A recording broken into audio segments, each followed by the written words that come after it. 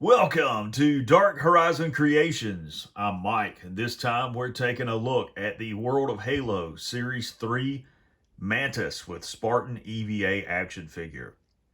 Now, if you hadn't already, please follow, like, and subscribe to my social media accounts on Facebook, Instagram, and YouTube. Don't forget to hit that bell icon so you get a notification of when I post new content. I'm a big fan of the World of Halo line by Jazzware. I think that they have done a phenomenal job with the action figures and vehicles that they've released already. And I know this particular vehicle was highly anticipated by collectors and Halo fans.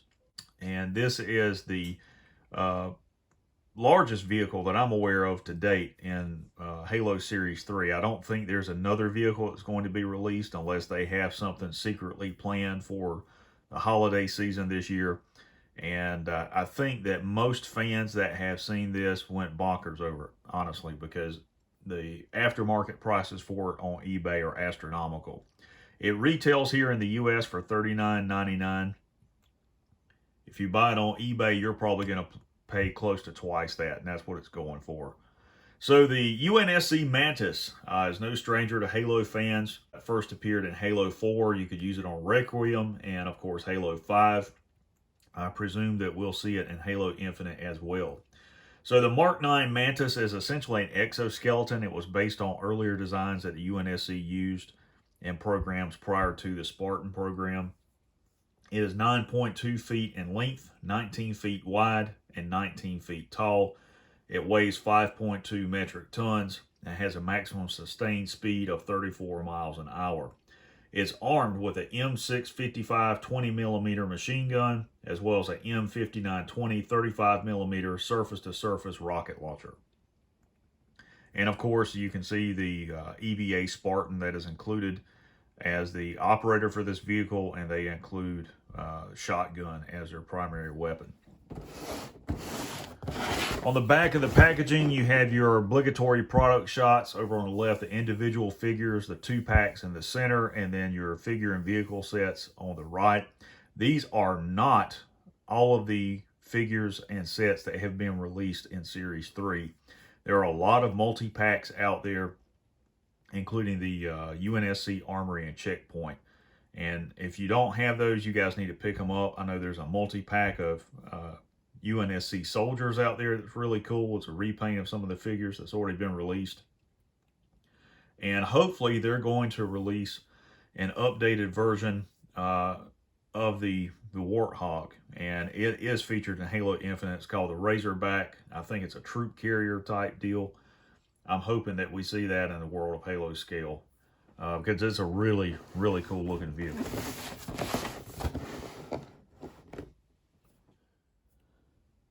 So what we're going to do now is unbox this thing and see what's on the inside.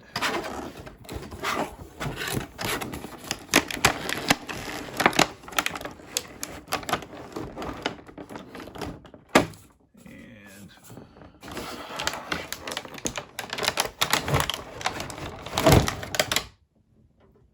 I gotta say, it looks fairly large. Larger than what I was expecting. Those are just the instructions. It's in 2 halves.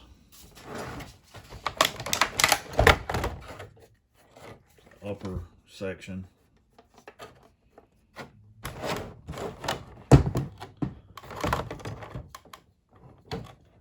That's the M5920 rocket launcher.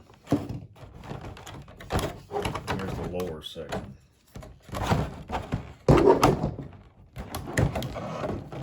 And on this side is Spartan.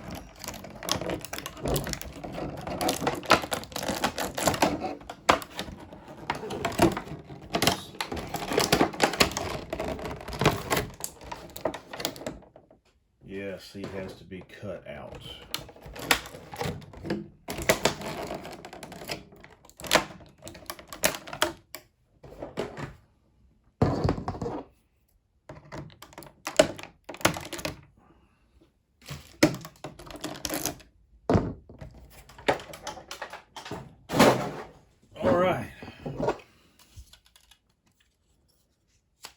So if I'm not mistaken, Let's see.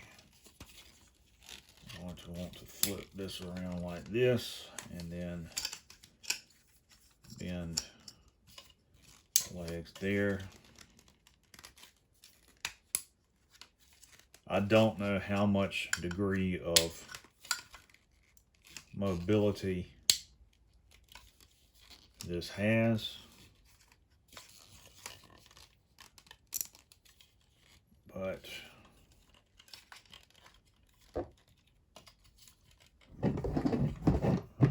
we're going to find out.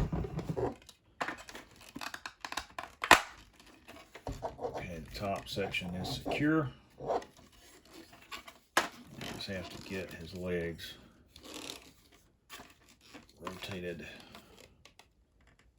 back around like this to the appropriate position.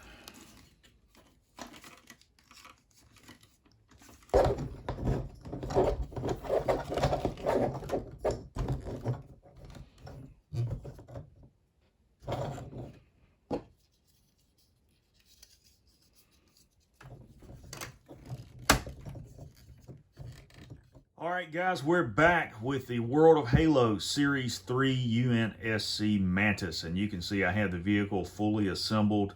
And one of the things you're going to notice right off of the bat is that the vehicle did not look like this while I was putting it together. So what I did was I stopped taping and I went ahead and took the time to do some light repaints to the vehicle. I weathered it. I weathered the Spartan EVA figure and took it outside and did a few shots with it. I couldn't help it. You know, I had to do some toy photography with this because it is just so nice. This vehicle is incredible. It really is. This is the best toy that we've gotten from Jazzware for Halo yet, aside from the actual figures themselves. I mean, this thing is just unreal. It is 12 inches tall. It is 11 inches wide. It's 9 inches in length front to back. And it's just awesome. You know, the packaging is really misleading because when you look at the box, you don't think the toy is that large. And then when you take it out and assemble it and see it in person, it's just overwhelming. It's crazy. And for those of you that are curious about this, as long as you retain your plastic insert tray, you can disassemble the Mantis and store it in the original box. It will go back in there. So the first thing that I want to talk to you guys about is the Spartan EVA action figure. Let's go ahead and take a look at this guy before we start. And again, you know, I weathered this action figure. I've repainted it. And let me take this light and turn it around so we've got some light on the figure and you guys can see it better. I love how they use the dark gray, the olive drab, and the loam color. I think this is phenomenal. This is the best looking Spartan we've gotten yet. I like this guy, I really do. I like his shoulder armor. And I like the helmet. I used not to like this helmet, but I've really come to appreciate the helmet design. I really do like it. It's very menacing and aggressive looking. Let me remove his weapon for a second. And as far as articulation, his head will swivel side to side. You know, I don't think this is on a ball joint because it you know, won't really pivot. Forward and lateral movement there at the shoulder. There's no bicep rotation. Instead, what you have, he has a single jointed elbow with elbow rotation. And then you have wrist swivel and wrist pivot. You guys can see that there. His torso is on a ball joint, full range of motion there. Forward and lateral movement at the thigh rotation. Double jointed knee. Check out that knee armor, it's really cool. And his foot, of course, is on a ball joint. It will pivot front to back and then side to side. So really, really awesome figure, full range of motion. I'm going to set him to the side for just a second. One thing I will tell you, it did not include a display stand for the figure. You've got your M90 shotgun. Close support weapon. This is an 8-gauge shotgun. And you guys can see it's got a molded pick rail on top. Molded weapon light, and it's made out of the same soft rubber as the other ones, but the warping on this is not as severe as I've seen on some of the previous World of Halo weapons. If I could change one thing, this would be the issue. I would make the weapons out of hard plastic. I really would. And you can see it a little bit more pronounced from that angle. And, you know, using some really hot water to be able to separate the molecules in the plastic and allow it to flex, and then taking some Scotch tape and taping this to a solid surface. And I tell you guys, a good way to do that is to get a wooden or metal ruler and just take your World of Halo weapons and, you know, soften them up with some scalding hot water. You know, let them soak in that. Bend them the way that you want them to shape it. And then use Scotch tape and tape it down to a ruler like that so that it'll keep the form. It'll get back into shape. So let me bring this guy up close so you guys can see some of the detail. First thing I want to point out is the spotlights. They've used transparent plastic there for the spotlights. I think that's really cool. The other thing I want to talk about is the support arms for the weapon pods.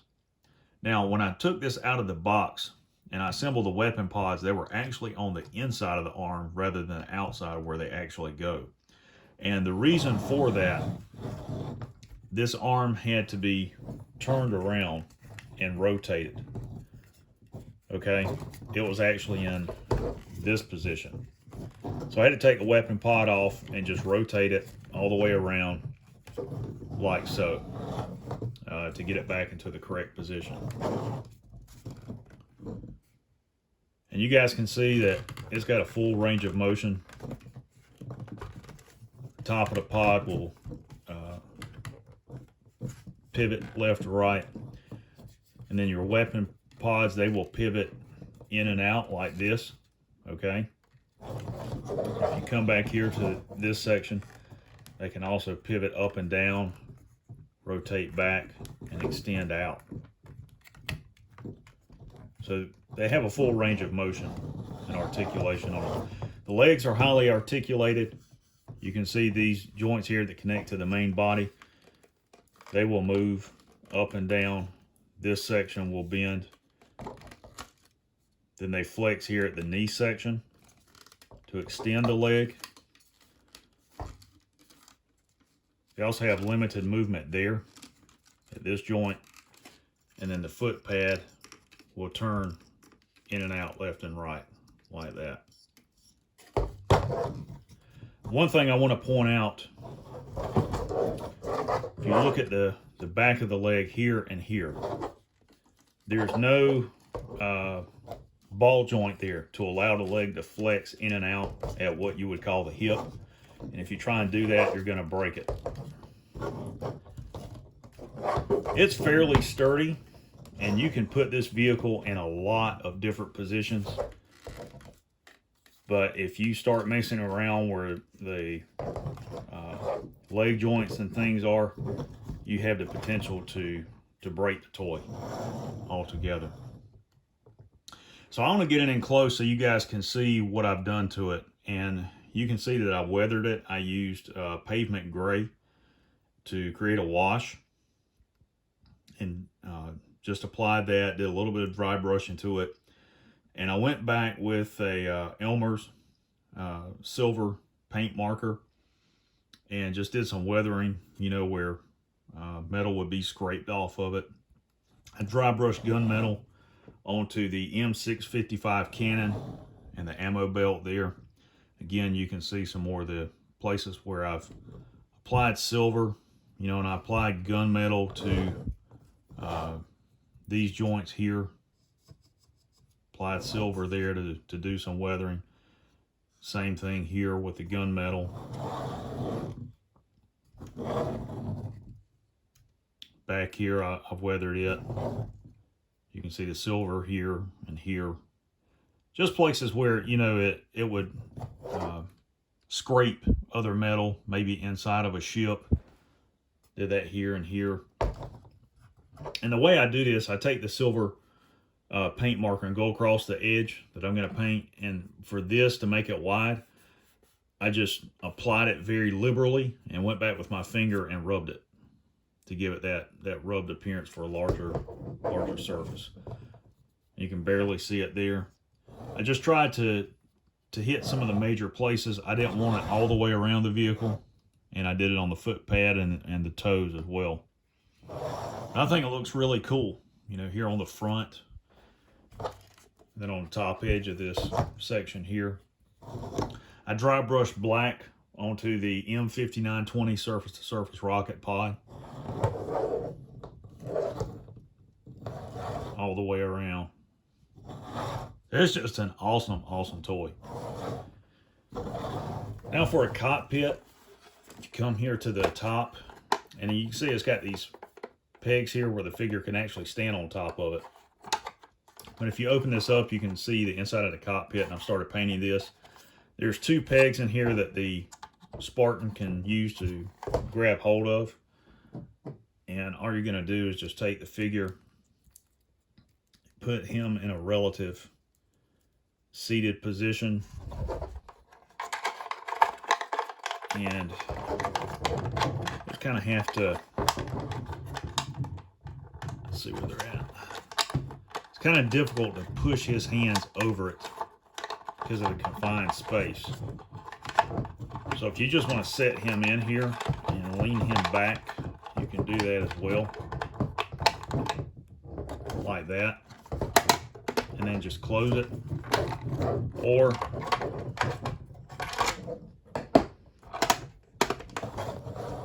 you can take him out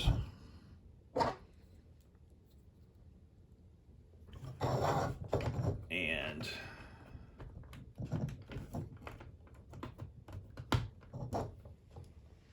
have him stand on top like that. That's really crazy. That's something you'd see in Titanfall, but I like this. I like this vehicle, I really do. I think this is phenomenal.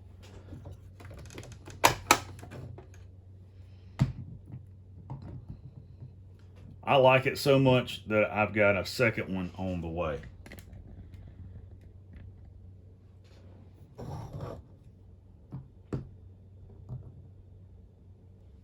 And as I said, this has become my new favorite toy to play with right here. You know, you can do so much with this in regards to dioramas and toy photography, and just setting this up in so many different positions and scenes. And you know, with toy photography, it's all about capturing the emotion. You know, you want to get the raw experience of what's going on in that moment. And much like in Titanfall, you know, there's sort of this relationship between the Spartan and the Mantis. You know, of course, it's a vehicle, it's his ride, but it sort of takes on a life of its own. And that's the kind of feeling that you want to get across when you're taking, you know, different pictures and things like that. So it's just phenomenal. You know, there's no limit to what you can do with something like this. And I think Jazzware has done a phenomenal job. And you have to admit, they have gone above and beyond and given us way more than we've seen any other toy company provide in the past in any Halo line that was ever attempted. You know, McFarlane, Mattel never came anywhere close to what Jazzware is doing. And as I've said in every Halo review that I've done of their product, I think they got it right out of the gate. I really believe that Jazzware did their homework. You know, they went back and looked at all of the previous Halo toy lines to see what worked and what didn't work. And the smartest decision that they made was dividing the line into the Spartan Collection 6.5-inch collector's line and then the World of Halo 4-inch scale. Because let's face it, you know, the bulk of their customers for both lines are adult collectors. But they've provided the 4-inch line for kids, but they also give you a line where they can produce vehicles and accessories, you know, in scale with the figures at a reduced cost. You never see this for the 6.5-inch Spartan collection. There's just no way. You know, if they produced a Mantis for those figures, it would cost $500 or $600, if not more. So by doing it this way, you know, you get the vehicle at an extremely reasonable price point, and it's just awesome. If you don't have this, you need to get it now. You know, again, it retails here in the U.S. for $39.99. I ordered mine online with Target. They're already going for twice that on the aftermarket on eBay. And I guarantee you this is going to be one of the most sought after Halo collectibles in months and years to come. You're going to see the value on this toy skyrocket very, very quickly.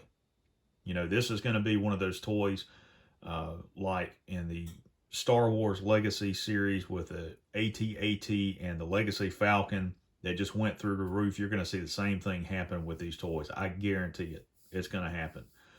So if you don't have it, you need to get it now.